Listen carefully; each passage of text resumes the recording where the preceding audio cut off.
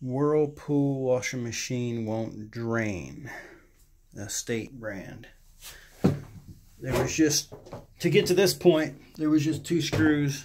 There's like one right here and one over there. And then this whole top just kind of slides up super easy. And then there's 2 clips right here. You just pop that up. It's a little tough. Screwdriver, you know, popped it up. And then there was 1 screw right here. And then this whole thing just kind of came off. It was super easy. I noticed that there was no clogged drains. And I was like, well, what the heck's going on, right? Well, check this out. This is the propeller. It's kind of like a water pump. Well, it is a water pump. Like, I work on cars, so it's very similar to a water pump on a car.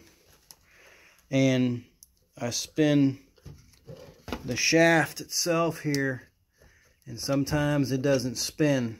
It's stripped between where the rod goes in, the shaft, and the actual plastic propeller, the metal to the plastic. So it should be super easy to swap out. Just got to get the part.